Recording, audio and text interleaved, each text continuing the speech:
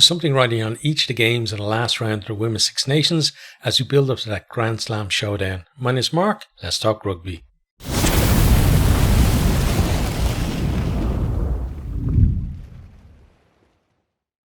We got 3 big games on the final Saturday of the Women's Six Nations, and it's building up nicely through the day to that big showdown between France and England for the Grand Slam there. And, that's just going to be an epic clash between the two of them. But we're going to start with the first game of the day, and that is Wales versus Italy at the Principality Stadium. It's a 12:15 kickoff. This one already making a little bit of history, as it is the going to be the highest attendance for a Wales women's home game, a standalone home game for them. So already almost 10,000 tickets sold for the game. So I'm sure that they are going to break that 10,000 mark for this game, and that's just brilliant to see. And when you think of like Wales, they haven't had the best of tournaments. They're still without a win, but still to be able to pull in, 10,000 people to come and watch them at the Principality really just again underlines the fact that the women's game is growing at such a pace at the minute. We're going to have like a quick look in terms of just the changes to the teams, not just not the full teams, but just what changes have happened. So Wales decided to go with the same pack. From that heavy defeat to France 40-0, they lost last time out. And, this is a chance now for them to kind of get a bit of redemption really out of this, right? In the backs, then they have Kira Bevan coming in at scrum half, so she's going to be there partnering Lakey George. We got Hannah Bluck is coming into the centres, and Carice Cox is switching on to the wing. And on the other wing, we got Lisa Newman, and then fullback is Jenny Heskett. So lots of changes in the backs, and as I said, continuity in the forward. So let's see how that's going to work out for them. For Italy, they've got Emma Stevenine coming in at fly half, which means that Madia is going to drop down to the bench. And then Victoria Ostuni Minuzzi, she's switched from fullback to the wing, and that means that Beatrice Capomaggi is coming in a fullback for them. So I thought Minuzzi, played pretty well against Scotland. She was a bit unlucky with that, try right at the end, where she did so much good work to actually get back to that loose ball, and then she gets tackled.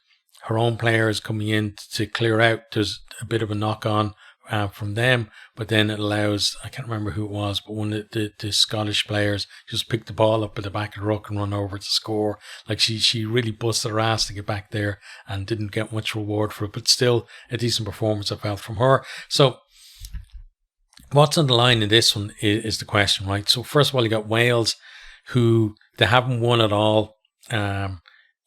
This tournament, which for me has been a big shock, because last year they finished in third place and they were the best of the rest, as it were. And it felt like that adoption of a professional contracts and, a more professional approach as well, because you can't just give out contracts, right?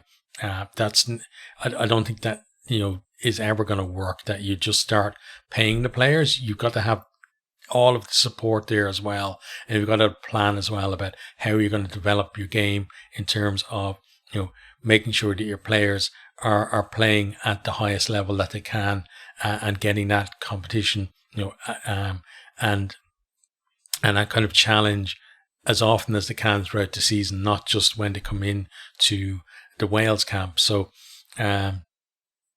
it felt like they were on the right road last year. Now they feels like they've really gone backwards, and this is their last chance now to potentially, get themselves a win in this tournament. And it looks like whatever happens, it's probably likely that they're going to get the wooden spoon out of this, honestly, because at the moment they're on 1 match point, and you got Italy and Ireland both on 6 match points, but Wales is the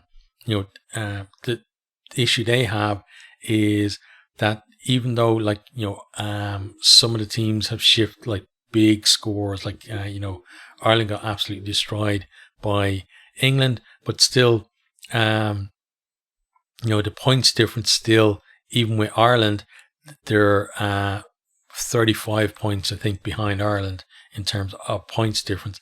And Italy, they're 37 points behind. So they'd need a big win against Italy, deny Italy a bonus point. And, the most likely of the two, if I can put it that way, would be for Wales to put a big score against Italy, because obviously whatever margin, if they do win, that they win by kind of counts double, because it reduces Italy's points difference as well, or makes Italy's points difference worse, should I say. And there's a chance there. I think they still have to beat them by a fair bit, though, because there's, as I said, 37 points between them, which means that they've got to win, I think, by a margin of 19 points, and get a bonus point as well out of it. But if you're winning by 19 points, you would normally expect a team would have scored 4 tries, but not always the case. We do see some 30 pointers where a team have only got 1 or 2 tries as well, and there's just plenty of penalties there. But that's the task ahead for Wales. But I think realistically the task for them is to just try and get that win, build a bit of confidence, and try and just end what has been a disappointing campaign, at least on a high, and then take the lessons from this year and see, compare it to last year and see what it was that really changed for them. Was it an internal thing? Was it the fact that the other teams were just progressed more than them, and even though they were making progress, it felt like they were standing still? Or were they actually going backwards in terms of where they were last year? So really big, I think, for them, in terms of just ending on a positive. Ireland were in the same position last year. I felt like Ireland got the wooden spoon last year, and they looked a little bereft really at the end of the tournament, and didn't know where to go. Now, we did have some positive changes for Ireland there, but Wales have already gone through that process, and they can't be doing it again. So they've got to fix whatever is going on now. They got to fix it with the system that they have now, and add to that system rather than completely revamping it. So I think a decent performance and a win is really what they're looking for. In terms of then Italy, Italy have a lot on the line here. Potentially they could finish third if Italy win, and then if Italy win and they pretty much match, I think, Ireland's result against Scotland. So if Italy win and Ireland win, I think Italy are depending on points difference again, are probably going to finish third, and that would qualify them for the next Women's World Cup. So that's a huge card for them to chase in this one. And even if they don't finish in third place, still fourth place is there. So if they win and Scotland win, they're probably going to finish fourth, and that's really where I feel Italy should be, honestly, on their performance, across the entire tournament. They put it up to France in their game. They beat Ireland away. Against Scotland, maybe the performance wasn't quite at the level that they wanted it to be, but I think Scotland lifted their game too. And maybe had that effect on them. Obviously, sometimes, it's just the opposition, deny you from playing your game rather than you not turning up. And I think a lot of that's what a lot of it was, I think, against Scotland. But still, it feels like it's been a very positive Women's Six Nations for them. And a win here would just kind of cap it off as well. And obviously, with that chance of qualifying for the next World Cup, that's a huge incentive for them, I think, to perform in this one. So we've got two teams with a lot to play for, I feel, in that. Again, Wales might be a little bit on the pride side of things, but it's not just that, though. Again, it's, you give yourself something to, when you kind of go go to the rest of the year, that there's something there to be built on, that you're not basically saying, let's just forget the Six Nations and now we have to find a new way of doing things. So huge game here. Wales, throughout the tournament, like this, they started, it was like 18-20 right at home against Scotland. So lost by 2 points, and it felt like they just lost to a decent Scotland team. And I felt that after that, they would probably give, Ireland a good game, which they didn't. Like they got beaten to nil, I think, against Ireland. And now against Italy as well, I thought, at that stage, I thought they would have given Italy a decent game as well. But now I'm not so sure, because other than that Scotland game, we haven't really seen them perform all that well. And something I noticed as well is that they've got some really big forwards, but they don't carry to their size and their weight. So a lot of the time I've seen, especially their front rowers, where they're carrying and they're just kind of stooping forward as they carry. And then, last year they had a lot of good impact from the front row carrying into contact and making ground beyond contact. But now it feels like the other teams have figured out, that if they chop them low, they can get them down pretty quickly, and then have, go in as a team, get a poacher over the ball as well, and maybe turn it over or win a penalty. And Wales haven't really adapted to that. And the fact that the front rowers are carrying, with that kind of forward lean as well, just makes it easier to do that chop tackle as well. I think that, they've probably been trained that way, not to carry too upright, because, a lot of players with that as well, if they're carrying too upright, then they can kind of get caught and isolated, and maybe the ball gets turned over because you turn it into maul or whatever. But still, I feel like, they need to work on that, getting those the impact from the forwards, and if we can get that, it gives them a little bit more front foot. Italy, by contrast, I feel like Italy have done really well in terms of combining their backs and forwards together, having some really good carries from the forwards. The forwards have those skills to be able to offload and link with the backs as well. And it just feels like, more of a joined up type of thing for Italy compared to Wales. So again, I think Wales are really going to have to step their game up to put any real pressure on Italy in this one. And, because of that, I'm going to plug for an Italy win in that game. Okay, on to the next one then. It is Ireland versus Scotland. This one is at the Kingspan Stadium in Belfast. It's a 2:30 kickoff. Oh, I forgot to mention, the Wales game at 12:15 is on Virgin Media if you're watching in Ireland. This one, the Ireland-Scotland game, 2:30 kickoff, is live on RTE, and should be, again, another decent game, because you've got, Scotland, for me, who've looked the best of the rest, and then Ireland coming back, off the back of a bit of a drubbing, well, a huge drubbing, 88-10 against England, and they're going to want to restore some pride there. But, we've seen good signs from Ireland in parts of the tournament. It just hasn't been all that consistent. I think Scotland have been certainly the more consistent of the two teams. If we have a look then at kind of team news for them. So Ireland, they got Sam Monaghan coming into the second row. I think she's a big player for Ireland, so it's great to see her back. Then we have Enya Breen into the midfield, and Maeve Deely gets a start at fullback. We've also got Katie Heffernan on the bench, so she comes on. That's going to be her debut in her first cap. For Scotland then, we've got Emma Wassel is coming into the second row. So both teams with changes in their second row.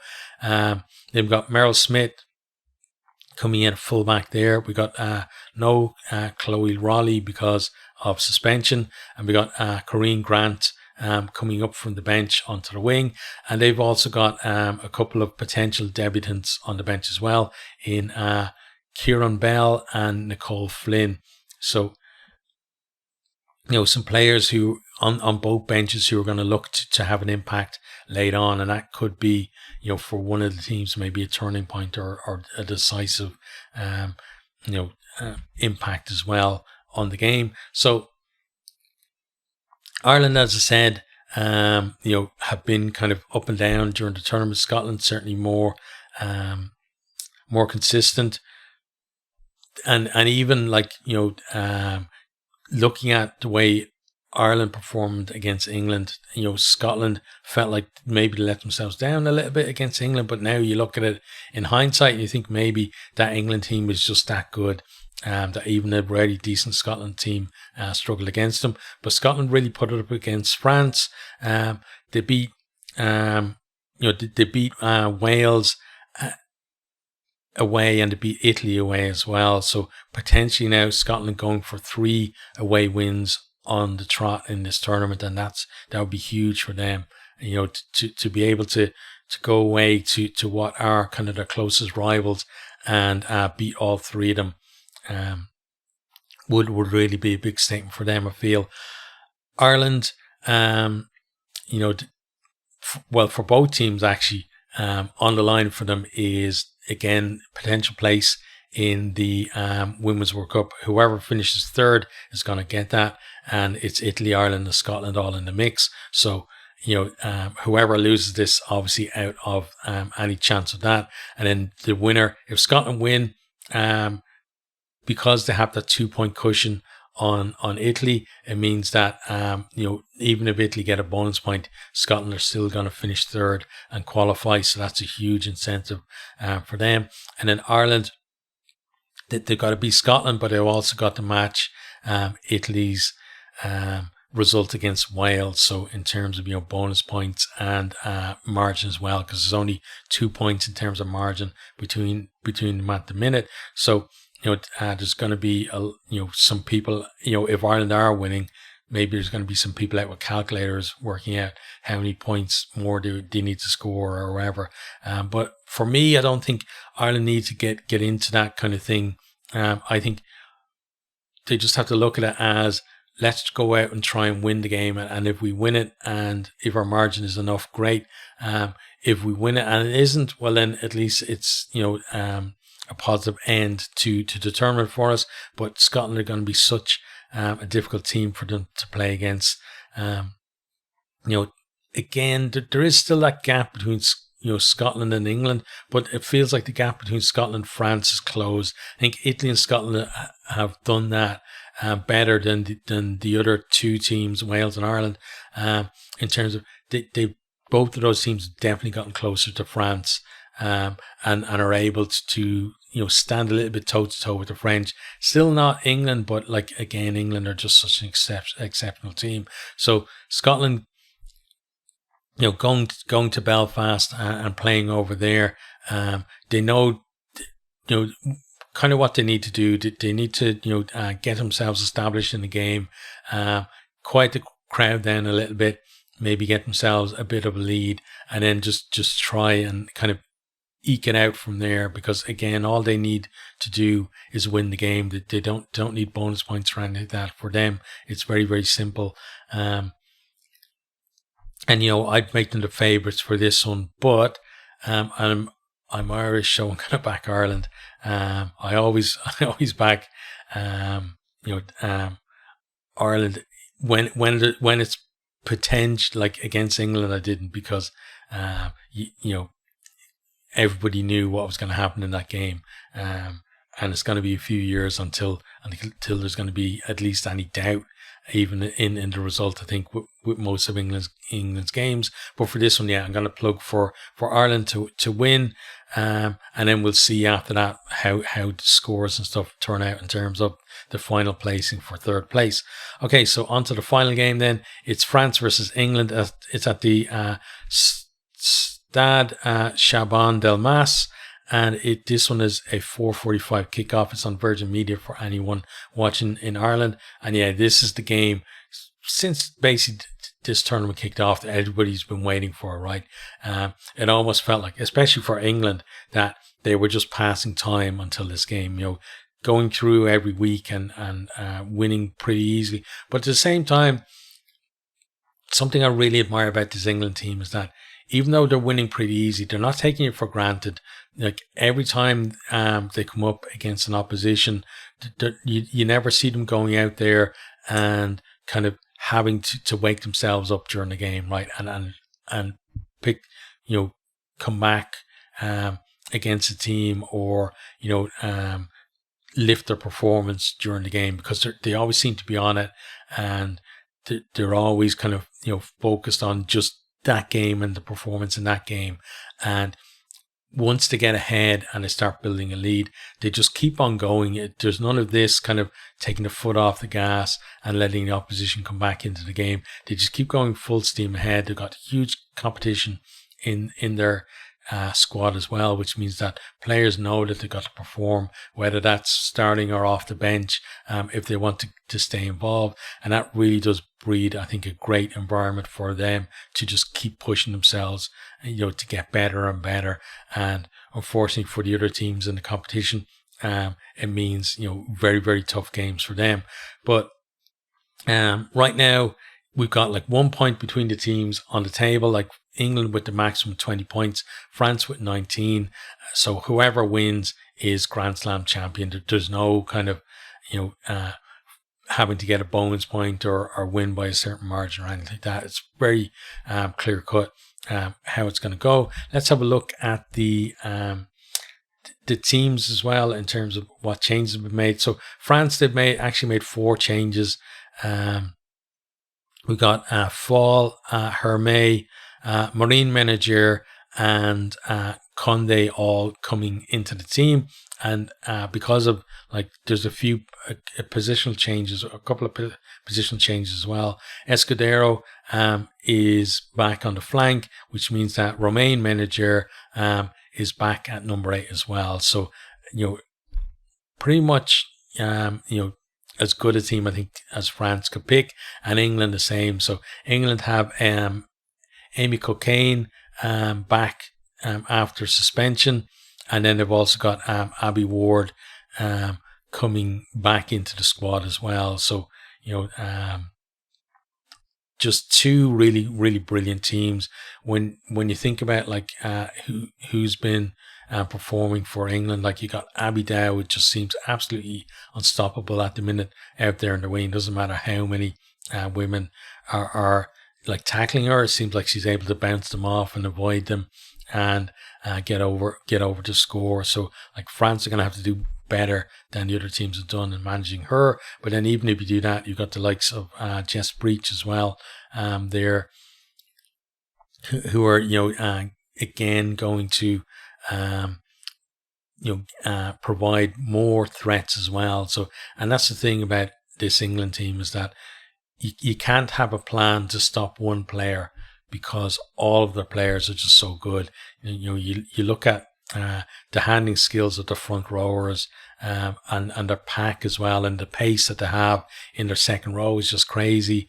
And then the work rate and the skills of the back row as well, and then into the backs then just full of gas and that elusive ability to step as well. Great hands, and it feels like there's nothing they can't do. And then France are an amazing team. If this England team went there, we'd be saying a lot of the things that we say about the England team about this French team, because they've been fantastic throughout the tournament. And again, we got that combination of backs and forwards, all with the ability to carry well, offload, give very sympathetic passes, and support, great support lines as well. And just, it's all done at a really good pace, and that ability as well, to spot gaps and snipe, etc. But France are going to need all of that against England just to kind of get parity in the game. And then they've got to, they know they're going to have to weather a storm as well. And when the England team get themselves in position, they're going to somehow have to find a way to kind of, stem that tide when England England do manage to get a score, you got to then stop them from getting multiple scores in quick succession, which we've seen them do pretty much in every game so far. So they've got to manage that, but also they've got to provide a threat themselves as well. You can't just defend for the 80 minutes. So France are going to have to be able to, in terms of getting their set piece going and standing up to the England maul, etc., and get themselves in position, make sure they secure the ball at the line out, and then make sure that they take their chances when they get them. So it's going to be a huge game between these two teams. And, again, it just shows you how much the game is coming on as well, that it's going to be a big crowd there, and it's getting a lot more focus than we've seen in even recent years as well. And I hope that the game kind of lives up to the build up to it, that we don't, again, England team is amazing, but I honestly don't want to see them just run away with this game. It doesn't mean that I don't want to see them win. It's more that I want to see this be like the two teams standing toe to toe, trading blows, and the best group of women are going to come out in the end as the winners. And I think that's what all the neutrals want to see. They want to see an exciting game, a close game, and then for the best team to come out in the end and be rewarded with that Grand Slam and the trophy as well. So brilliant kind of cap to what has been, I think, a really good tournament. Some people complain about the disparity between England and the rest, but as I said in previous videos, England can't do anything about that. They can't make the other teams better, right?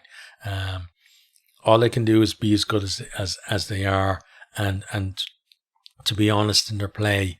And there's no point in kind of sandbagging through the tournament, right, to try and make the others look better. If England are that much better than another team, well, then it means the other teams have to get better. That's just my opinion on it. But this one I think is definitely going to be the pick of the games from the weekend.